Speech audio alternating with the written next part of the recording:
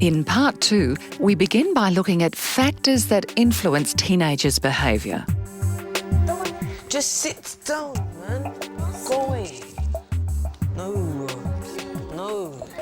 Why teenagers behave the way they do can sometimes be a real puzzle for parents.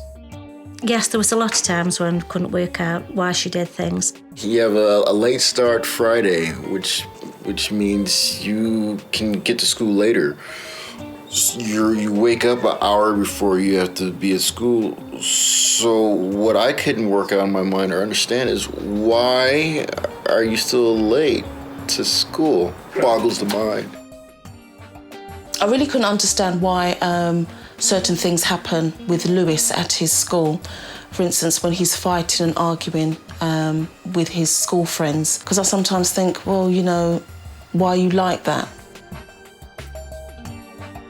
Influences include their genetic makeup, the family environment, and the wider community, including other teenagers. All children inherit a unique genetic makeup. Along with physical features like the colour of their hair or their height, children may also inherit their temperament from their parents. All their temperaments are the same, so they just explode off each other. Going through puberty, and it's like a bottle of emotions that he's trying to deal with all at once, and the other one's 11-year-old. He's in junior high, and he doesn't... Jaden's personality is he's somewhat shy until he gets to know you, then he really opens up. Some teenagers are sociable and outgoing, others can be quiet and withdrawn, and some appear to be very sensitive and react emotionally. Some of these characteristics can persist in the long term, while others may fade or change, particularly during or after puberty. However, while these factors can contribute to a teenager's behaviour, the way other people respond to them can also be significant. This makes the family environment very important. We can't change our children's genetic makeup, even though sometimes we might wish we could. However, we do have some control over what happens in the family environment. Important events that influence our teenagers' behaviour occur in homes on a daily basis. What's wrong with the jacket? It just looks terrible. Many of our teenagers' behaviours are influenced by the day-to-day, moment-to-moment interactions that take place with their parents and others in the family. They can learn undesirable behaviour if parents fall into what we call a parent trap. The first of these traps is accidental rewards. An accidental reward can occur when a parent gives in to a teenager who is behaving inappropriately. In this example, a teenager claims to be ill to avoid going to school. Get up, Cindy. It's late for school. I'm sick. I can't go to school. You should stay in bed all day. Without realising, the parent may be rewarding the teenager for not being truthful by allowing them to stay home and miss school. Cindy, I'm going to work. You stay in bed. Okay. Yeah, bye. If a teenager gets away with a story like this, they're more likely to try it again. As parents, we have to ask, what is our teenager learning from experiences like these? We may be rewarding inappropriate behaviour without knowing and increasing the chance that it will happen again. There's times when I have let her get away with things for peace sake. You know, when she's really been kicking off, she's destroyed things. And then the following day she says sorry and been as nice as pie, instead of me thinking, well, I shouldn't be doing this because she was naughty only yesterday. I probably said, you know, here's some money, you know, go uptown and buy yourself something. Then I probably had worse behaviour. Another way teenagers can learn inappropriate behaviour is when parents get caught in the escalation trap. Hi, Daddy. Hi, Diane. Look, I was wondering, there's this show on tonight. Can I watch it? Sure. What time's it on? 10:30? You know you gotta be in bed by 10. Please, come on. All my friends are going to talk about it at school, and it's only a half hour long, so it'll only end at 11. Maybe you could TiVo it or something and watch it tomorrow. No, because they're going to talk about it tomorrow. Yeah, well, you could talk. You could say, well, I'm going to see it tonight. In this situation, a teenager isn't getting what she wants, so she makes the conversation more and more unpleasant. No, please, can I watch this show? I've been waiting for a long time. No, it's past your bedtime. You gotta attend. You gotta be in bed by 10. No, but it's only a half hour show, so I'll be in bed by 11. That's only an hour later, and I can still get up at 6:30 and get ready for school. You know you gotta be in bed by 10:30. No, come on. Then, when a teenager is at their loudest or most emotional, the parent gives in just to escape. No, come on. Okay, whatever. Okay, if you really want to see it, go ahead. 10:30, but that's wrong. Thank you. Now, what is the daughter learning in that situation? That if she doesn't get her way at first, escalating and turning up her emotions is likely to work. The escalation trap can work both ways. Say a mother asks her son to turn off the computer and get ready for school. Akil, can you turn the computer off, please? It's time to get ready for school. When he doesn't cooperate, the parent gets louder. Akil, I've asked you to turn that computer off and get ready for school. Yeah, I'll do it. Now. When he still doesn't cooperate, the mother gets angry and may even threaten him.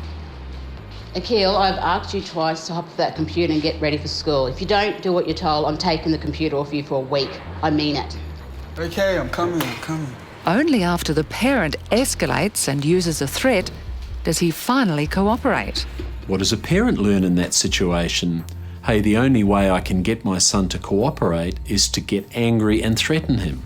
I used to ask it and ask it and ask it and keep on and on and on. And then she used to get shouting and swear. I don't have a problem with Jaden when he doesn't want to do something if I ask him, but his mother is a different story, and his grandmother, if they ask him something, sometimes they'll ask him over and over and over, and I get sick of hearing them, so then I come out and ask him once and he does it. Teenagers can also learn to behave inappropriately if they don't get any attention when they're behaving well, such as not being acknowledged when they help without being asked. So what does get a parent's attention? Kayla, you're not going out looking like that. Well, those shorts are way too short. Go and put on one of your new dresses that I bought you, and while you're at it, I think you'd better brush your hair because it looks like a bird's nest. Change your shoes too. So a teenager can learn that the best way to get a parent's attention is to misbehave. He does things all the time to make me react. It's a delicacy to him. The way in which his parents react to certain things that he does, he feeds off of that. He loves it. Hey, Dad. Hey, Bruno. How's your day? I've had better. Teenagers also learn much of what they know about how to behave from watching others, especially parents.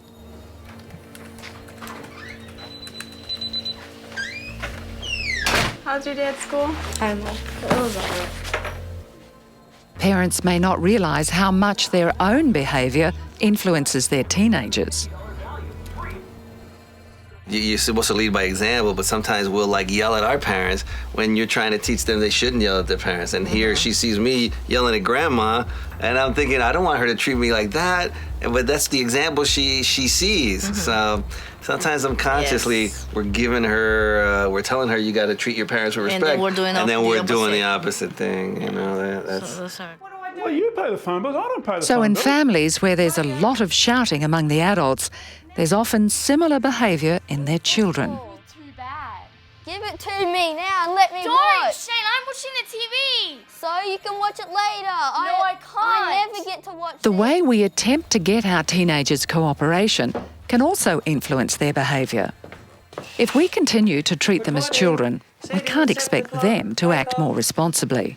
I get your clothes ready, I prepare your breakfast, and I get your bag too. Parents who are always reminding their teenagers what to do may find they won't learn to do things for themselves. I definitely have to remind him, keep it fresh in his mind, It's not that he forgets. It's just that I want him to do it like before Christmas. You know, we're in October. Sometimes we don't give a teenager enough information. Bruno? I have to run to the store to buy something. Can you cook the rice, please? For example, if we don't provide enough detail on how to cook something, the results could be disastrous. Poorly timed requests are another reason teenagers can be uncooperative. Kathy, would you do that ironing for me now, please? Yeah, okay. When I'm trying to get them to do something that I want them to do, I think the timing's got to be right. If they're watching the TV, then there's no point in going and interrupting that television programme and saying, can you do this now? Because they're not listening. They might say yes, but actually they're not listening. You've got to pick the right time to ask them. Well, I'll make sure that I don't ask Lewis to do something if his television programme's on. So I like to give Lewis and his brothers notice, because I don't think it works. If you want your child to do something, you have to see where your child's at, respect their time, basically. Otherwise, you're just going to have temper tantrums. Another problem with requests is when we're too vague about what we mean.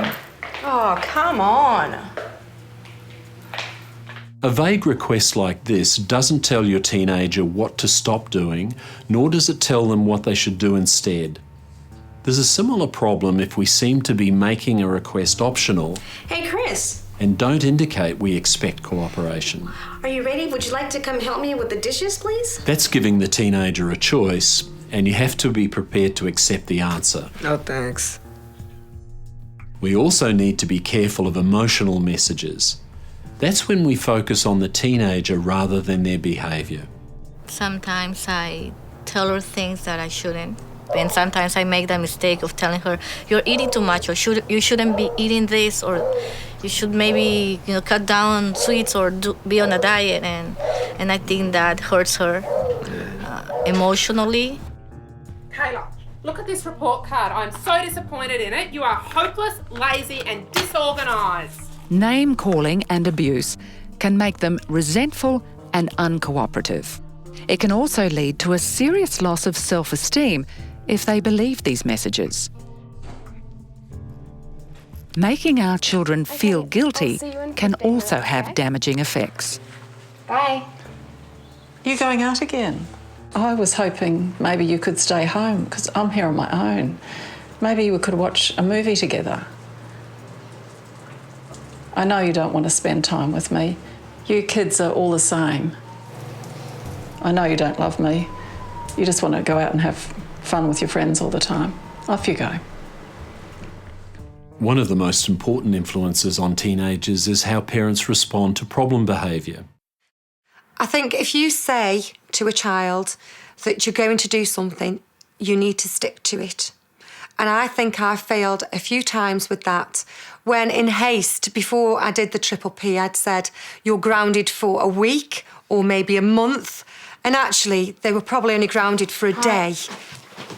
You're too late. So? Well, you should have been here an hour ago. What's your problem? I've been with my friends. I think it's not okay.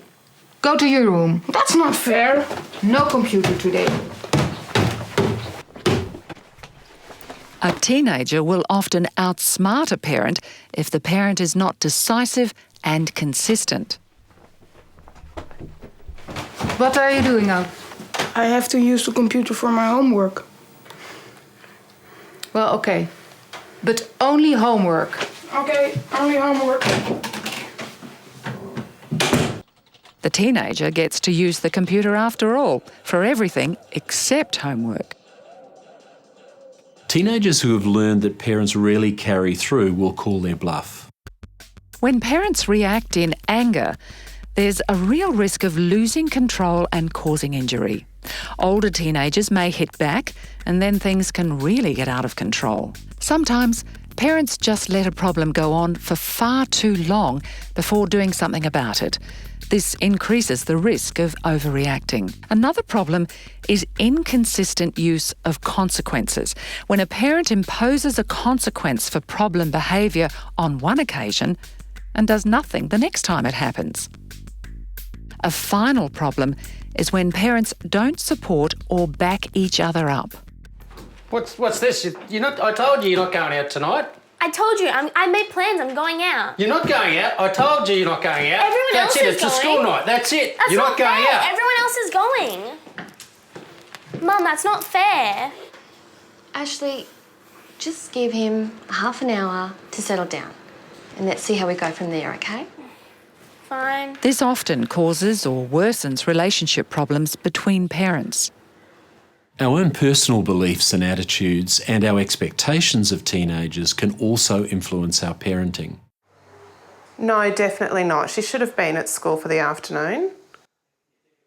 For example, parents sometimes get trapped by ignoring a problem behaviour in the hope that it's just an isolated incident or a passing phase they'll grow out of. Just had a call from school. Yeah, what about? Well, Kayla wasn't at school yesterday afternoon. She wasn't marked on the roll as being there. No, I wouldn't worry about it. Hasn't happened before, so... But don't you think we should talk to her about that? No. Everyone has an afternoon off every now and then. I guess so. Okay. All right. In fact, it's the sort of behaviour that needs to be dealt with, so it doesn't become more serious. Wishful thinking about how our teenager ought to behave can lead to frustration and anger. Oh my gosh. Makia, you should know better. Clear rules are needed to prevent situations like these and back up consequences if rules aren't followed. We can also fall into a trap if we believe our teenagers' behaviour is deliberately planned to annoy or upset us. Lauren, you in there? Lauren, I need to use the bathroom. Lauren, I'm late for work. You always do this. It's like you do this on purpose. This can create a lot of resentment and may lead us to overreact in a situation where we might otherwise have remained calm. Before I started the Triple P, I thought the children were doing things just to wind me up and annoy me. But since doing the Triple P, I understand what is going on. It's very good doing the course and actually understanding that the children aren't doing this just to get at you. Another belief that sometimes gets in the way of positive parenting is the idea that everything a teenager does is our own fault. What did I do to deserve this? This belief can make us feel guilty and depressed, and when you're feeling like that, it's much more difficult to be patient, calm and consistent. Before I started the programme, I actually thought some of the things were my fault. But with working through the programme, you start to realise that, again, it's all about the children just trying to get your attention. Teenagers need a warm, loving, caring environment, just like when they were younger. However, some teenagers grow up with a lot of tension between mum and dad. I don't ask you a lot to do things. Can't make it happen. When teenagers experience this often, it can be very distressing. Tension in the home and seeing aggression and violence can definitely influence their behaviour. A parent's emotional state can also influence teenagers' behaviour. It's all too hard. All the parents seem to manage. Why can't I? He never does what I ask. If a parent is feeling depressed, exhausted, angry, anxious or upset, it's much more difficult to be calm, patient and positive. It's also more difficult to keep track of what teenagers are doing and to be consistent and decisive. Stress is part of everyday life and all of us have to deal with problems from time to time. But teenagers need routine, and too much stress in the family can disrupt normal routines. If you have serious or long-standing problems with feelings, stress or relationships, seek professional advice. Not all influences on teenagers' behaviour happen at home, and parents are not responsible for everything their children do. Teenagers' relationships with other teenagers can be a major influence as they spend more and more time away from home. Events at school can influence their behaviour.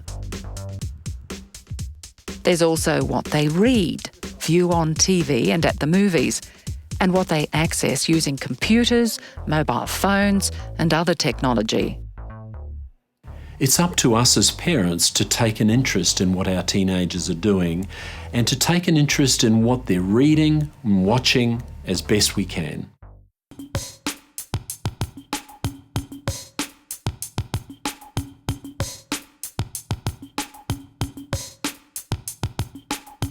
It's now time to think about goals for change.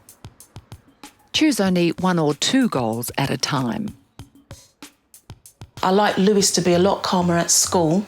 I would like him to be a little more assertive. I would like to see him more humble. Although you probably know the sorts of skills and values and beliefs you want your teenager to have, it might be helpful to consider what teenagers need to become well-adjusted young adults.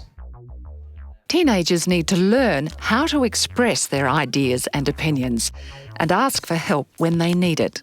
Can I talk to you about a problem I have at school? Yeah, of My course. friend Sarah? Yeah.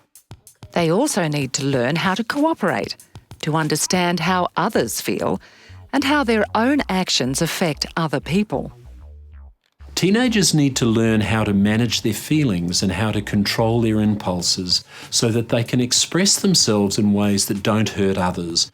For example, being able to feel angry or frustrated without hitting out.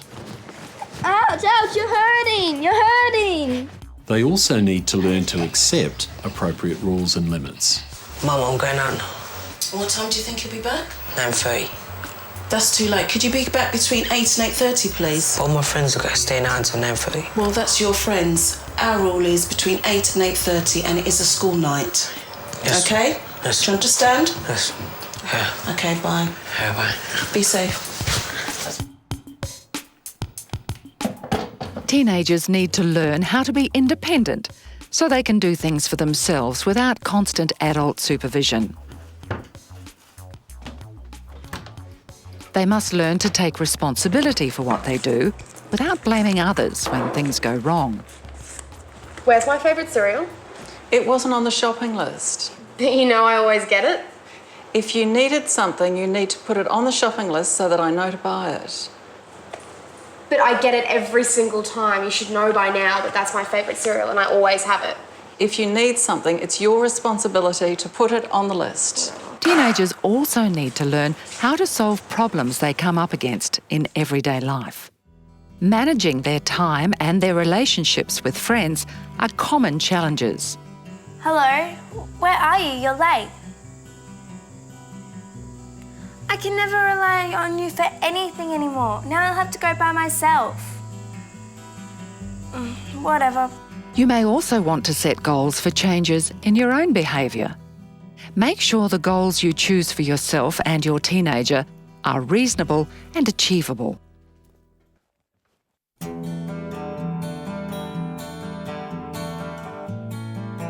You may find it helpful to keep track of whether you're reaching your goals by keeping a written record of behaviour and progress. You can use a special diary to record when the behaviour occurred, what happened just before it started that might have triggered it, and what happened afterwards. In other words, what you did about it.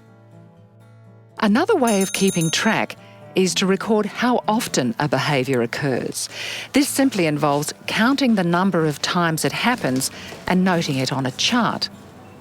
Sometimes it's helpful to put the information on a graph so you can easily see whether change is taking place over time.